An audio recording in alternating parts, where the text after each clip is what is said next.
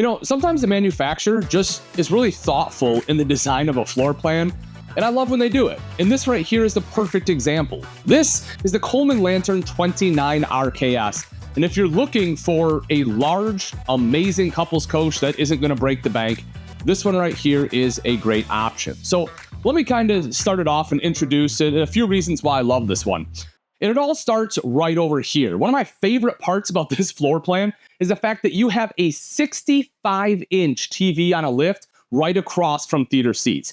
This is great. So if you want to sit down for movie night, you have the ability to do that. But because it's on a lift, you can also drop it down. And there's plenty of seating here to be able to entertain. You also see the fireplace right down underneath, which not only looks great, but also doubles as a space heater. And you have storage on both sides. You'll also see the storage that runs all the way across the top. So that not only gives you storage above the TV, but here as well. But you also get big windows. There's a big window behind the TV here, window in the back. Just a ton of campside windows let in a ton of natural light, give you great views. I really like the strip light that they put in here instead of just having some pucks underneath. I think it really brightens up this main prep space. Speaking of the prep space, this is true solid surface in here. This is something that is almost unheard of when you're talking about this price point for this size camper, which, by the way, if you're interested, want to know what the price is at any point in this video, the link is in the description. Just click that. It'll show you price and availability. But to be able to have solid surface in here is huge. And being a rear kitchen, I love that they did it. You will see plenty of storage underneath too, both in the form of, full extension ball bearing drawers here for your flatware and everything else you need. But then you get a few big drawers for pots, pans, towels, whatever else you need. Nice big storage down there. Plus, underneath the sink, you have more than enough room for a trash can. Speaking of the sink, you'll see that you get a high-rise pull-out faucet. You have both the drying rack as well as the cutting board for sink top covers. Of course, anytime you have solid surface, you're absolutely going to undermount the sink, which they did. Stainless steel there as well. A couple outlets. You have one on either side. You have one here and here, giving you plenty of options for anything else you want to plug in. And as you can see, these are pre-wired for the inverter. So if you do choose to have an inverter installed, which again, it is prepped for it, then all these outlets that have that little yellow sticker on it are going to operate via that inverter, which is pretty great. Over to the side, you'll see the recessed 3-burner cooktop with a glass cover again, so you can use that as prep space. Love the 3-burner instead of a 2. You have the convection microwave oven down underneath, so you do have a couple different options there. Still gives you the oven, which is why they placed it there. I personally am a fan. Let me know what you think. I know not everyone loves convection, but I definitely like it.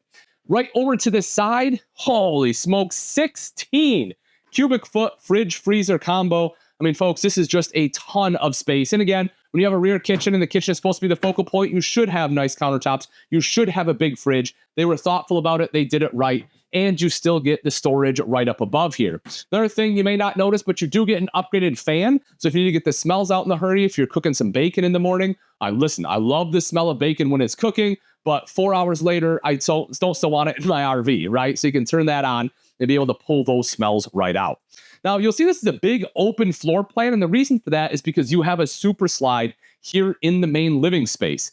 You have the dinette right over here. You will see that both drawers pull out, and I mean massive storage on both sides, right? Big storage on there. This does drop down into a bed for some additional sleeping. Not huge, but it's pretty decent sized bed there when that drops down. Even more windows in here, which again, as I said, it's already bright. When you open all these up, it lets in just so much natural light. You have the theater seating right across from the TV, exactly where you want it. Both of them recline as you would expect. Cup holders in both armrests. And this is perfect for guests because you have a spot everyone can sit and converse, right? You don't have a shortage of seating in this one. If you like to entertain, this one can do it, which is why I like it so much. It works for 2, or heck, it works for 6. You have a bunch of people in here. You can still have enough seating for everyone, be able to have some great conversations going. This right here does drop down. You'll see you also get a little bit of additional storage under that jackknife. Again, you have another electrical outlet and USB port right over there, plus storage all across the top here. This one does have ducted AC, so it does use essentially the blade AC system up top. It does have vector ductwork, but you can kind of turn those so you can have that kind of blow, I guess, in any direction that you want it to. You will also see another window here. I'm telling you, there are so many windows in this coach. It's crazy, so much natural light. Huge fan. Then we come into the bathroom, and once again, everything is done right. I have enough space to stand here. I can actually get dressed if I want to. I have enough space to wash my hands, brush my teeth, be able to, look at myself, get ready, have that mirrored medicine cabinet. I have a linen closet over to this side, have countertop space here, tankless water heater on demand. So you essentially have limitless hot water. When I take a seat, different toilet seat, by the way, which is what happened there. But when I take a seat on the toilet, I do have enough space for my legs as well as my shoulders. What I want to point out, though, take a look at this. Ready? Maybe someone might recognize this from home if they have it. Slow close toilet seat. That's a pretty big deal. Not only is it slow close, it's an elongated bowl. I myself prefer an elongated bowl. Not everyone does. I do. I think it makes less of a mess. Big fan. Slow close toilet seat. I love it because it's not going to slam in the middle of the night and wake people up. You also see your toilet paper holders there, some additional storage. And if I stand up in the shower at 6 foot tall, I can do so even without the vent. So I can move all the way around in here. If I turn sideways, I can still shower. I can close this door, be able to shower in here. I don't have to stand this way. And I have the upgraded shower head here. The oxygenic shower head does a great job of giving you even more water pressure than normal. And when it's time to be done with the shower, I need to dry off. I have a nice, easy grab to an actual towel bar rather than just a rope hook, which in my opinion, again, is much better for towels. And then we get into the bedroom, and you'll see right here, you get a 70 by 80 inch king bed with big storage underneath. I love that you get this storage space right here, plus you still have all that storage under there. So if you want to throw a laundry basket or 3 under there, you have the ability to do it. Speaking of baskets, you'll also see the shelf up top is deep enough that you can put a 12 by 12 basket up there. Plus you have wardrobes on the side. Underneath, you have nightstands with an actual top on here, so you're not going to, worry about too much weight. You'll also see that it has some hidden storage in there. Electrical outlets, and again, those are going to be inverter prepped, and you have USB ports. On top of that, just in case that's not enough storage for you, you get some additional storage right here at the foot of the bed, windows on both sides, a vent up top that is prepped for a second AC, and you have hookups for a TV right up here.